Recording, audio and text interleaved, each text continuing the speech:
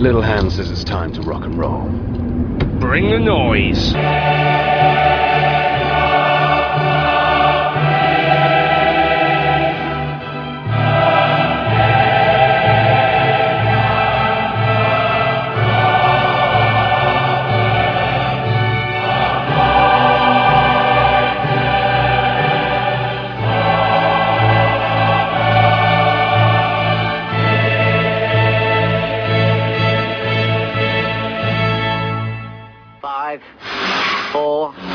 3, 2, 1, go.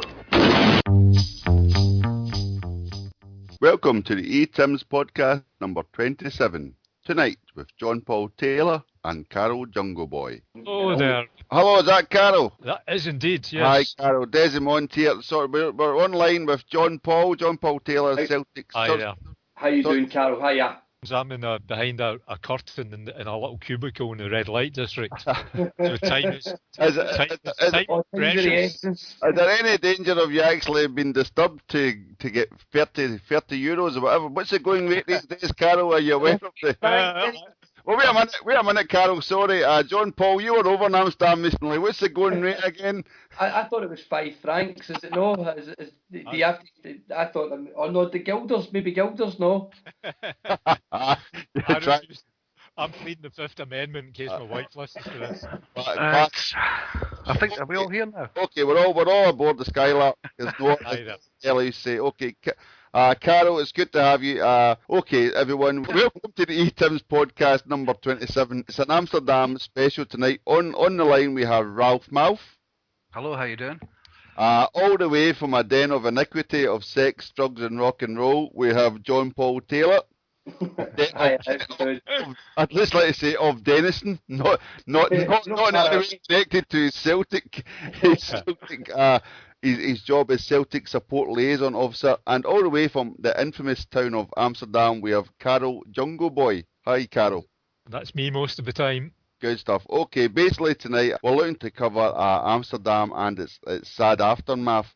Sure. Carol, just before you joined there, me and John Paul were having a chat, and we basically got to a stage where John Paul was in Dam Square, and that was the first point. Even though he'd been to his various security meetings, he was in Dam Square with the Celtic fans during the day. That was the first point where he realised the Dutch police had actually put undercover police in with the Celtic fans in Dam Square.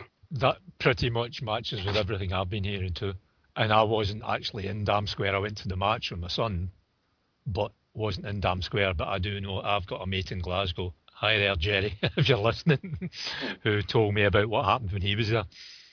Okay, so basically we've got Carol's been on for 2 minutes and he's starting the name checks out to friends in Glasgow. We prefer to leave the request to the end, Carol, but since you're a special guy, we'll let it go. I've got a kind of dictionary. Right, okay. Basically, Ralph, you and Carol have been corresponding and also covering this in the diary. So Ralph, I'll hand over to you here because you have been driving this.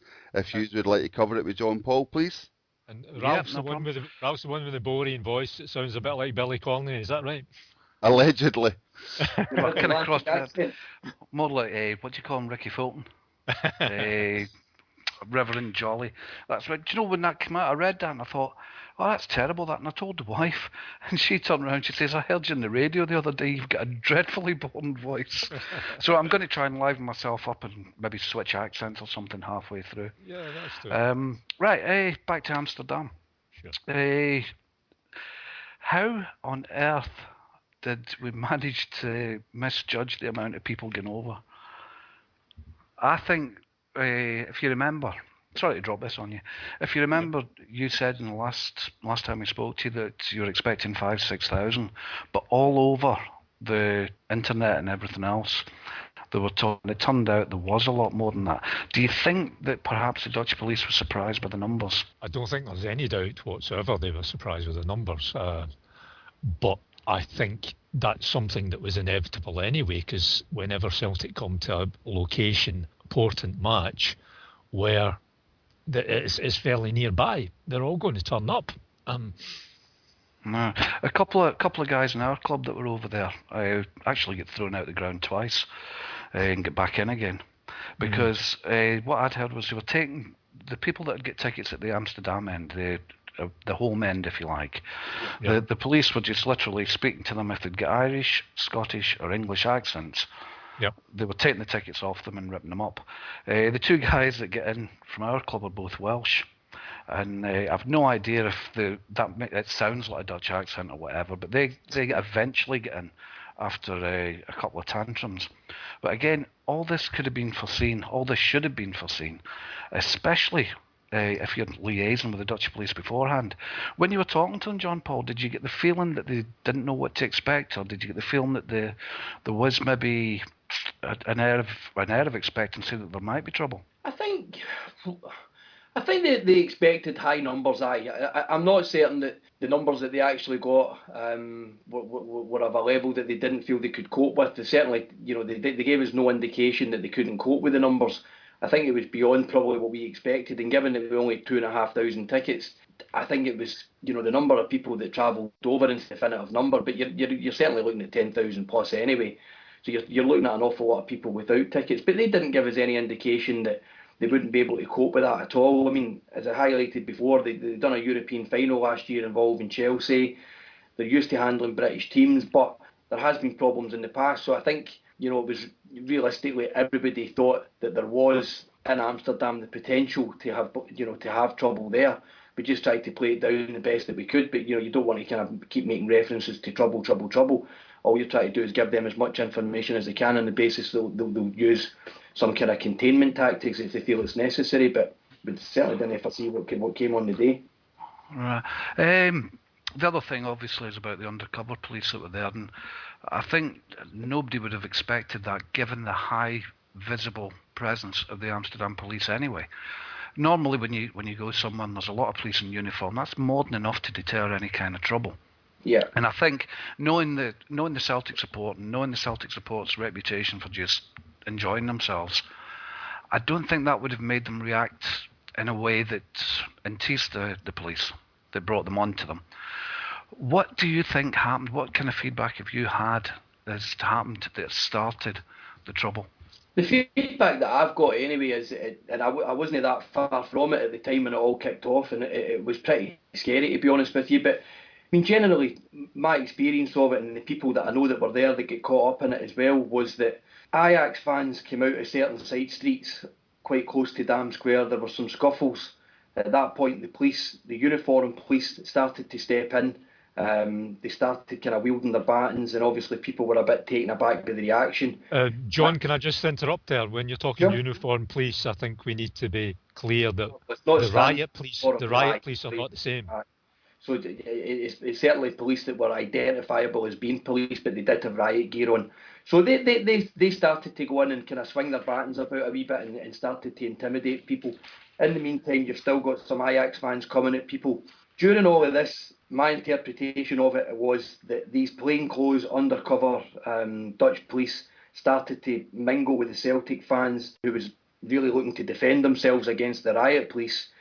And at that point, people didn't know who was who, and there was a lot of confusion in the respect that people didn't know if there were Ajax fans amongst them.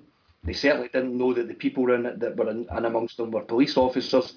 And on the other side, they had police officers in riot gear who were swinging batons and pushing them one way, whilst they were being infiltrated by what turned out to be plainclothes policemen at the time. And there was just an awful lot of sense of confusion and frustration and fear, and I just get the sense that people really didn't know what was going on.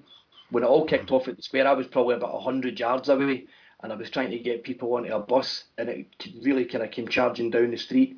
And I have to say, it was scary. It was really scary, and that's for somebody that's been going to see Celtic home and away for a long number of years. It was as scary as I've seen it, to be honest with you. But you just didn't know who was who, and that really carried on all the way to the stadium. To be honest, I felt at the stadium, I still felt unsafe. Even at the sort of food outlets and the burger vans and stuff, you still didn't know who was coming at you from what angle. It wasn't a pleasant experience, not at all. Which brings up, obviously, the upshot of it was that there was arrests made, and there was some people, well, a lot of people charged and convicted. Some were just fined and sent home. But we've got 5 guys facing jail terms. Mm-hmm. Now, Absolutely. you're obviously going to defend yourself. Of But course. when they've went to court, it's their word against a police officer. Now, no matter what country you're in, if a policeman says you've done something to a magistrate and you say you haven't, they'll take the policeman's word. Quite simple. You've absolutely no chance of getting out of that unless you've got backup evidence. So they were convicted. They're now pending appeal. Yes. Do you know if they've actually lodged an appeal yet? It's gone Yeah, they quiet. have. As far as I'm aware, they've lodged the boys have lodged their appeals. I spoke to one of the boys today, Podrick Mullen, and it's as I say, as far as I'm aware, the appeals have been lodged, I and can confirm that. they have, Carol. Thanks. And our understanding through the legal people that we've engaged in Amsterdam is that the appeals will take a year to a year and a half before they're heard. Naturally, Right. we're hopeful that other events will precede all of that. The chief of police is coming to Glasgow quite soon, I believe, on the basis that he now is taking maybe a bit of a different view. I can't say for certain, but I think he's taking a closer interest in everything that's going on here. Once he's kind of had a chance to view the video footage and review some of the statements, he's obviously had the opportunity to speak to the British consul as well. So he'll be coming across to Glasgow to get a better understanding of events as well. And without any degree of certainty, I would say that we're maybe kind of hopeful that, as I say, the events will proceed. Any further appeal or certainly the need for any of the boys to go back. I'm quite glad John it's dragged Paul, out. John Right, Paul, so on you go, will there be Carl, yeah. somebody from the consulate when they come back over? Because there's nobody from the British consulate there when they were tried. At the trial itself, No, Carol, there wasn't a soul. I thought maybe they would have been there. Well, it's certainly something that we can request. I mean, we've had good support for the consul, and it's a guy called John Cameron Webb who's been pretty helpful, and he helped us to get in to see Andrew Vance after the Dutch authorities said we weren't getting in. John Cameron Webb was helpful in terms of us getting in. I couldn't see why John wouldn't have been at the trial on the day, but he may have had other engagements. I don't know, but he has been helpful for us. Well, if he was there, he was conspicuous by his absence. He certainly didn't have any conversations with the family or anyone that I saw while I was there. Okay, I know that. And I asked the question as well, isn't there somebody? So I certainly know that he was in contact with the Vance family all the way up to the trial. Certainly, I couldn't say what their thoughts on it was, but we found him helpful, Carol. I've got to be honest with you. We found that John was helpful. okay. Right. Carl, you've been following the events in Holland, or should I call it the Netherlands. What kind of reaction has the press and the public had over there? I think there's actually two very different reactions. I think the public have been pretty sympathetic with the Celtic case. I think if you ask the average fan, a big influence there is the fact that even Ajax fans, a section of them, have complained about the police action. So I think there's a very different, in my eyes, quite different how the public are viewing this from what the newspapers and the media are. The slant in the media has been a bit kind of schizophrenic.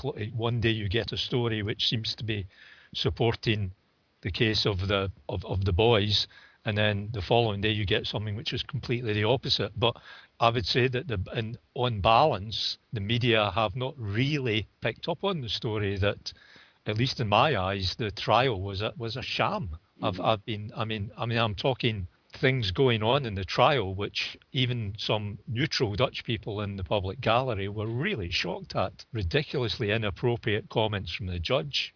Every single point of law was knocked out of court. No questioning of any of the policemen. Questions made to all the accused. It was just like one big list of things which, I think basically the bottom line was it was a kind of fast-track trial where certain things are agreed not to be discussed. However, when the judge in that kind of trial doesn't ask a single question, doesn't question any contradictory statements from the police, then you've got a trial which is actually, I'm biased, but I think it was blatantly unfair, and I think all of the Dutch people that I know that were in the public gallery thought the same. It certainly came across that way, Carol, when you were following on Twitter. I mean, I know you're only getting an abbreviated version, but you could see from a long, long way out that it was going to have the type of ending that I guess most of us hoped it was going to have. So